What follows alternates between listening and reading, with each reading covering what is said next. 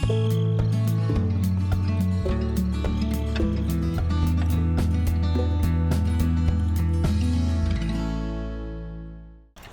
everyone, welcome to Gelvin Valley once more. Wonderful map for Farming Simulator 15 created by Wild Wes. Hey, we finished harvesting field number 12 in the previous episode, and I'm in the process of taking our harvest out. We have a full trailer load. We already off cam moved the combine. That tends to be, and it was this time. I moved the combine down after putting the header on the header trailer. Take the combine down the road, come back for the header trailer, and when I get back up the hill, I can see that the header has fallen off the trailer. And, it was just a zoo.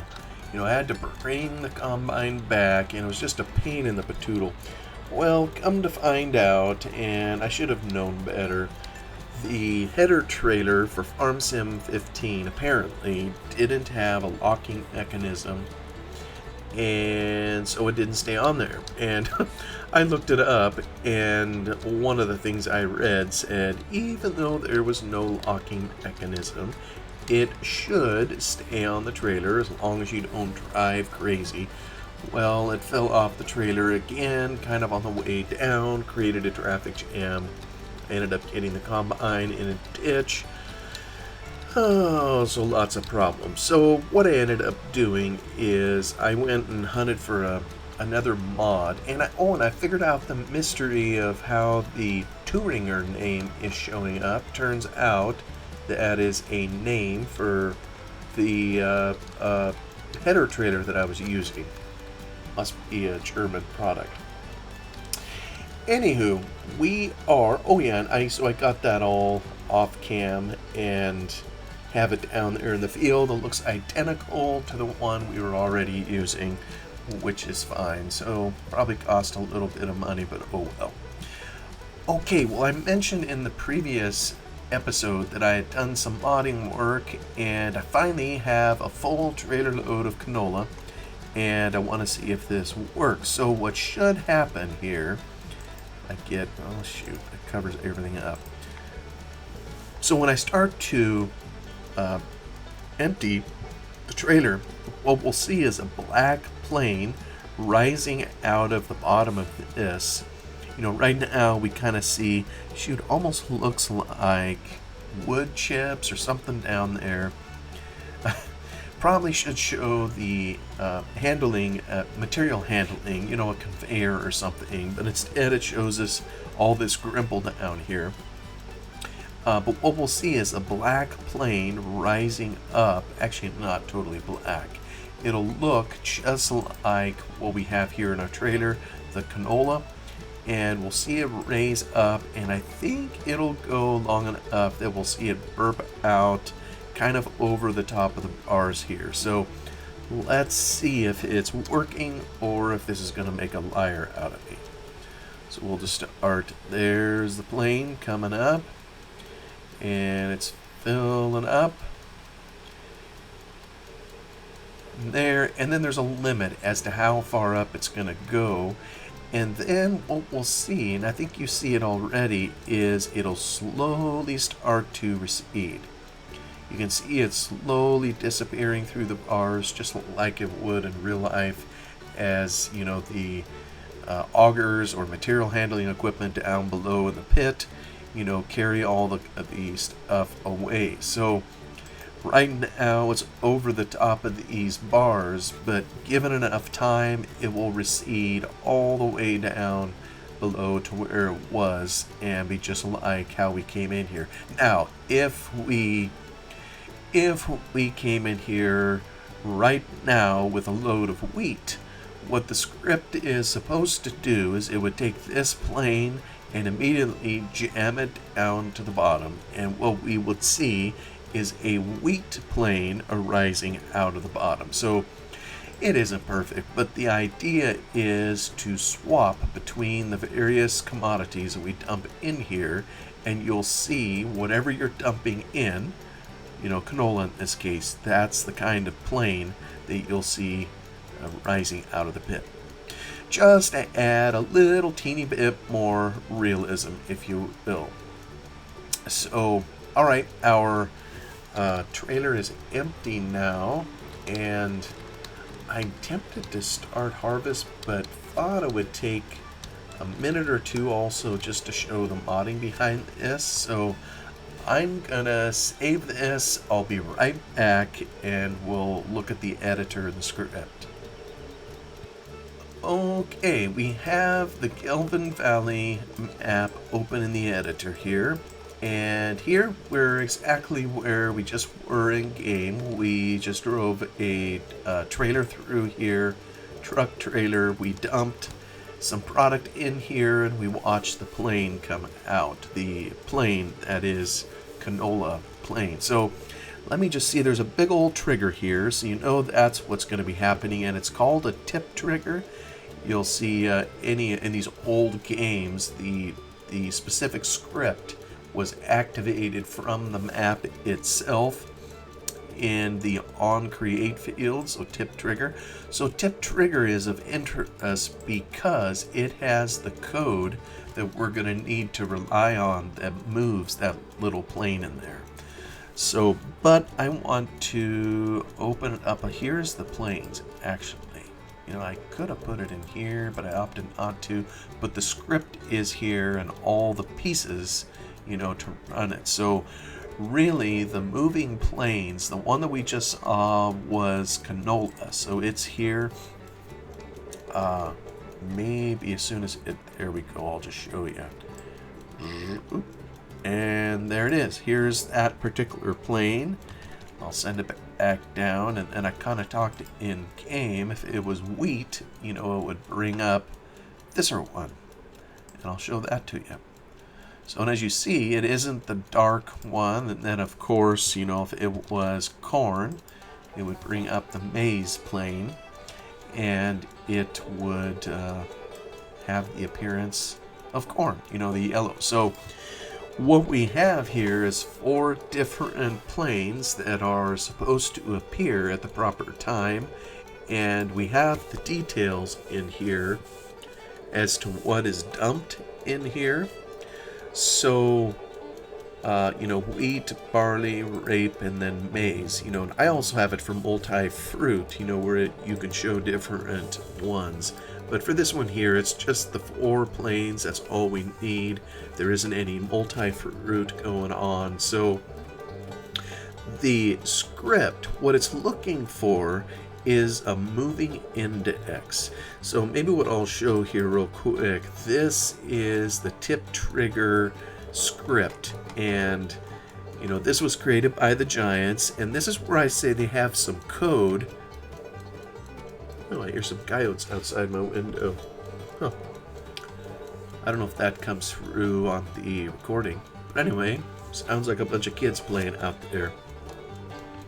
Anyway, it has some code in here that's already, and I haven't seen it used. So this is going through loading the tip trigger. So you'll see various things in here that it's going to call out of the map, price multipliers and fruit types, blah, blah, etc. Then it has a little section in here where it's looking for a moving index. And if you open the standard maps, or shoot, even your modded maps, I'm going to tell you it's going to be extremely rare that you're going to see somebody in there making use of a moving index. The moving index is the plane. This is what's going to rise and fall, when you put product in there. But this was already in the Giants code, hiding in plain sight, and then it has additional code. Once you identify the moving index, it gives it an ID, self-moving ID. And then if you just glance through here, it'll be highlighted, so it'll be easy. Read stream, write stream. This is multiplayer syncing when you join a game, between client and host as to whether this is moving at the particular time. So this passes those details between the two, so you can keep up with it. And there's even a function here that tells it how to move. You have an update. It's constantly looking to see whether it should be moving. And if it's supposed to, it tells it to. I don't know if there's anything else down in here. Anyway, the point is there is code here, and the code is hardly ever used because the Giants' own maps don't even have a moving plane in it. So I am happy to make use of it, and I wrote my own script, and it's got a whole bunch of gobbledygook in it. It was early on when I was trying to do Lua scripts, so it's totally filled with rubbish in here as I was testing various things just to get it to work, and so it has a bunch of trash in it. But basically, this is a super function, so it grabs the tip trigger load sequence and it intercepts it near the end of it. So it says do the super function, do everything that's in the script, that is everything that's up here in this load section, do all of this, and then down here it's going to return true. So we grab that, so state is probably true, and then we say let's do a few more things. So and this is just a boolean that I put in here, if it has I called a moving plane index. I probably should have said multiple planes. Self has multiple planes, but anyhow, that's what I named it. And of course default is going to be false, but if it has this boolean right here, has moving plane index, well, then it's going to come in here.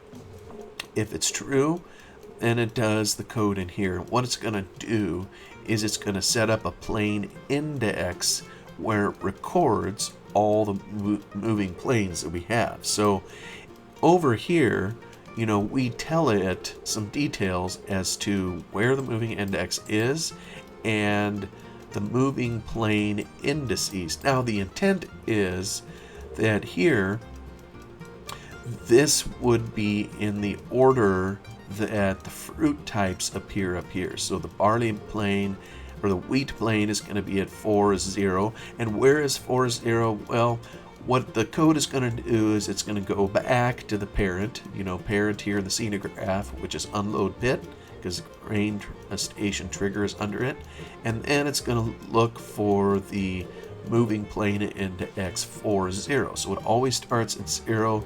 So we have unload pit grading is 0, 1, 2, 3, 4. Here's our moving plane index. 4, 0 is the wheat plane. Barley is at 4, 1. So that's where we have the 4, 1 for barley. Rape or canola is at 4, 2, which is right here, and so on. So we're putting the data in here, and then the code that I set up over here is set up so that it captures that detail. Here it's pulling in the plane indices, and it's a string, and it has several parts in it, so we're splitting the string to get all the details, and here it's jamming it in a table so that the code later knows which planes are available to it. So that's really all that's happening here. So it runs the regular code upon load. It checks to see if there's some moving plane stuff, and if there is, it adds them to a table, and then it says return state, which just continues it on its way in the load process. Now, once we've loaded all those in a table, we have some other code down here that is also overriding functions, a super function for when we need to swap the planes in and out. Because remember, it already has a moving index.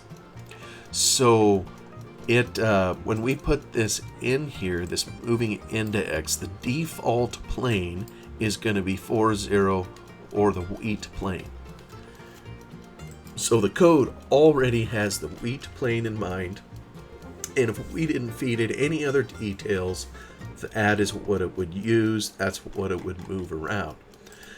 But so when we're putting different material in there, we want to tell it to select a different plane based on what we've told it to do up here. So when it is getting the tip info for the trailer, meaning this is when the trailer goes into the trigger, it's saying what kind of material do we have in the trailer, and it's figuring all that out, whether it can be accepted here and so forth and so on. So we, again, just like this one up here, we run the existing code exactly as is, and then we ask a couple questions. So if the trailer's tipping, if it's allowed, if it has, this index, and it looks to see what's inside of it, and it picks out of the plane index whatever the current fill type is in the trailer. It picks it to out of the plane index, and if it doesn't exist, it's just going to go back to wheat. And honestly, looking here at this, I'm not even sure that's the right argument, but it shouldn't be called, since it's already pre-indexed. And anyway, if it finds it, it's going to replace it. It's going to take the existing one, it sets it to 0, sends it to the bottom level, the minimum place, and then swaps it with something else. And this self-moving ID is, of course, part of the tip trigger, self-moving ID.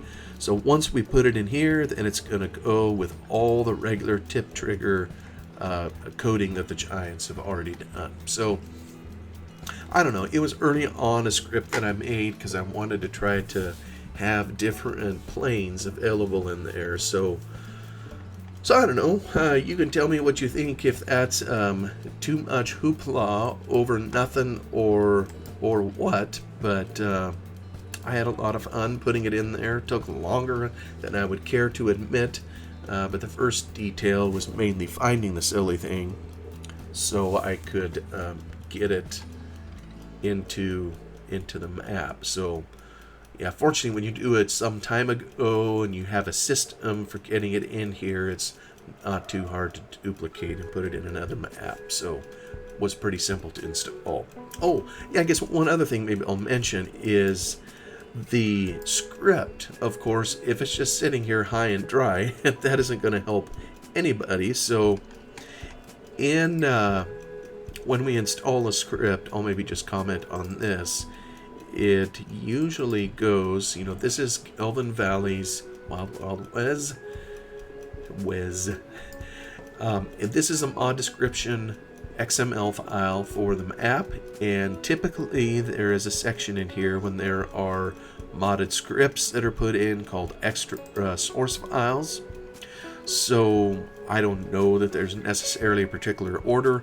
Most of these in here Wes put in himself, except for, I think I put in the traffic fix. All these down here, I think I put in flood, we've talked about before. Anyway, I just put in plain update. I told the code here where to go find it. If you don't do this part, then everything you do over here is all for nothing. So this puts the code in there, and then in the map, it'll call it on its own, with tip trigger, and then it just knows to pick up these other things because of the way we've defined this code to insert itself into the Giants functions. Anywho, I'll get off of that, and we'll be back here in a moment, loaded up with the game. Alright, we're back in game here, where we were. And I don't know that I have room to park this out at the field, so I'll probably just be obnoxious and park it here on the road. Can I get away with that? Oh, maybe I shouldn't irritate my neighbors, so tell you what, I probably can, maybe I'll just sneak in here. This is actually the main farmyard, and we're hardly ever here. This is the way we've chosen to do things. Alright, I'll set that there, and we'll head over to the combine.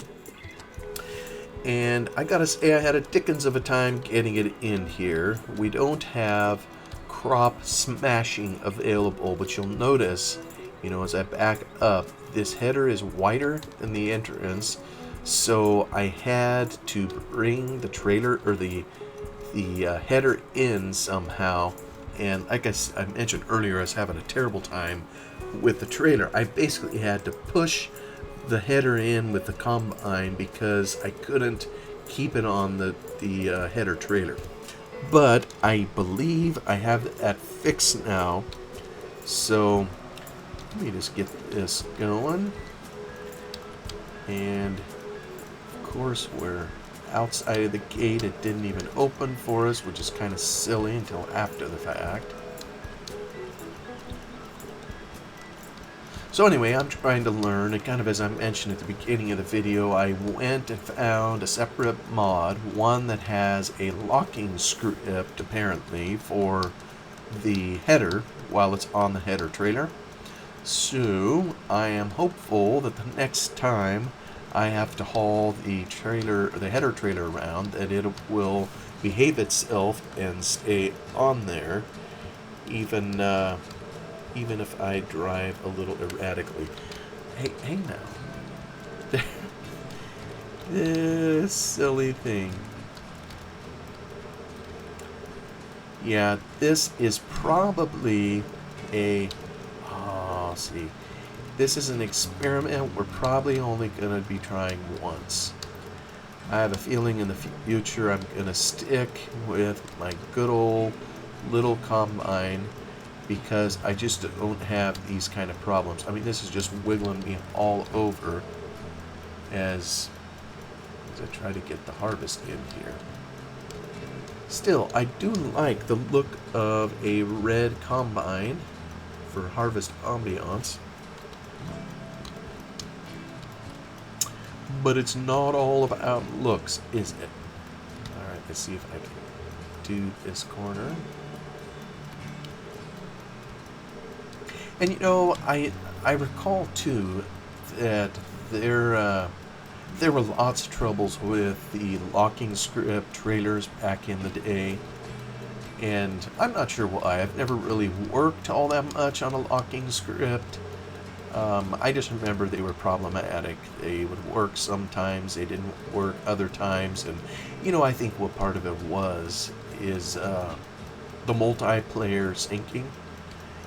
Some of the scripts I don't think had multiplayer syncing done in them, and fortunately, this here with what I'm doing, I'm playing by myself, so even if this doesn't work the best, it should work fine in here, and from what I've seen so far, I'm pretty sure it does. I basically, see that innocent and unimposing and looks the same as the other trailer did, but it's totally different. This one is a modded trailer I just pulled off of some random site on the internet, and it appears to work. With the O key you can lock the header down and lock and release, and it appeared to work. So that's the main thing, and hopefully it doesn't have any errors. This is annoying, to say the least. These, but I can't help but believe, it's uneven ground, right? I have this long header, and it's trying to push it, and it's uneven ground, that's causing it. And I have to believe that in real life, you're going to have that same trouble. It looks terrible, but I mean, it's trying to push it along. And like I say, in real life, you'd have this trouble. And in real life, I assume there is a limit, to just how wide you can have a header. I live in the Pacific Northwest, and one of my favorite areas to go when I want to see farming activity is the Palouse region of southeast Washington State. And it's very rolling hills, and you'll have a gully. It'll go down, and it's steep farmland. It goes down to this gully, and then it goes right back up again. And I just can't imagine you could take a big old wide header down the middle of the gully. You know, you'd be scraping on both sides of the hills. You know, they're so steep. So, and I know they got to strategize and be careful how they cut those hills, you know, if they want to use some of the larger headers.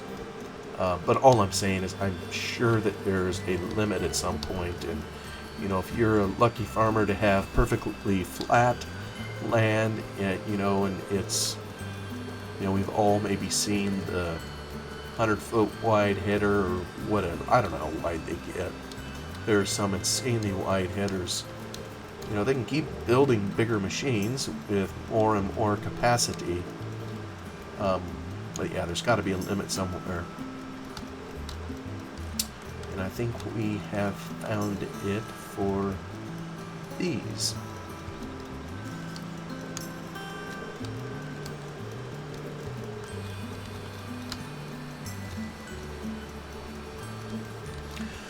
However, even with the trailer, see, we're harvesting this field here, there's still a limit. 'Cause I don't think I'm able to get this combine into every single field. It's still wider, I'm pretty sure. See, it would have to be able to fit through this gate down here. I don't think I can do it, you know, without the headers. So, even with the header trailer, I need to have the double gates that open.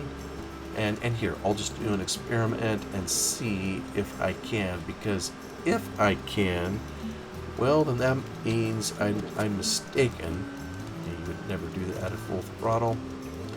Let me see, can I get through this gate? Is going to make a liar out of me. I'll be jiggered. Well, hum.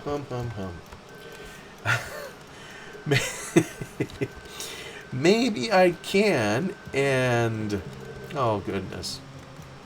Well, yeah, this means a lot of extra work. I'm just trying to see. Maybe I can. And what it means is I just need to be very fastidious about putting the header on the trailer and hauling it in and out of every place I go. So maybe I can harvest that pasture over there. But the pasture is even more uneven down there. So yeah, I'll maybe give that some more thought. Maybe it can be done. I just needed to have the right tool, the right mod first to make it happen. And then maybe what I need to do, because I do have drive control in here, is, oh, I hate smashing the crop, but really, that is exactly what I would have done on this field here if I would have had it on, and I didn't. You know, by having to come in, I would have had to have driven over the top of the crop to get the header in the gate.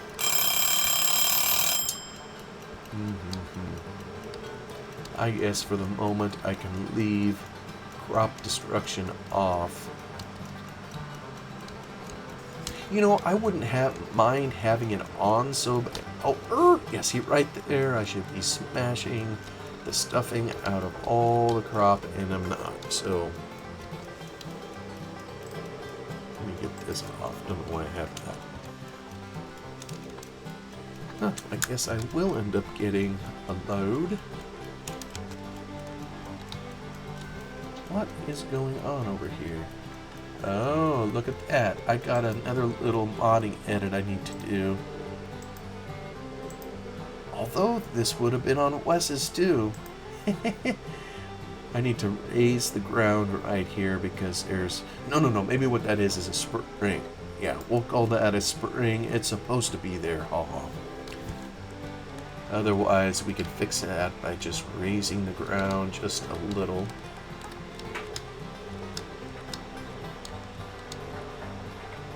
Anyways, I was starting to say, I don't particularly mind having crop destruction on.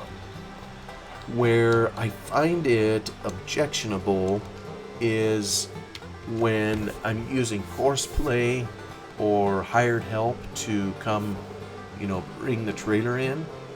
Because what happens is everybody knows with horseplay, this guy's going to drive all over the place. He's going to drive all over the crop. And I've never felt it was fair to have him smashing the crop when he's driving in ways that I never would in real life. So, anyway, maybe it isn't that big of a deal. What do I know?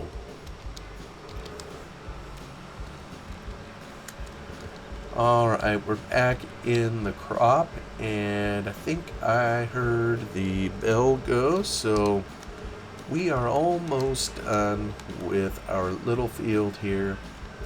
And frankly, with as much pain as this is going to extract in having to haul the header on the trailer in and out of these fields, I almost wonder, I keep vacillating here, but I just wonder in the future, maybe I use the smaller combine. I don't know. We'll see. I'll have to give that some thought. In the meantime, hope you're all doing great, and I will see you on the next one. Goodbye for now.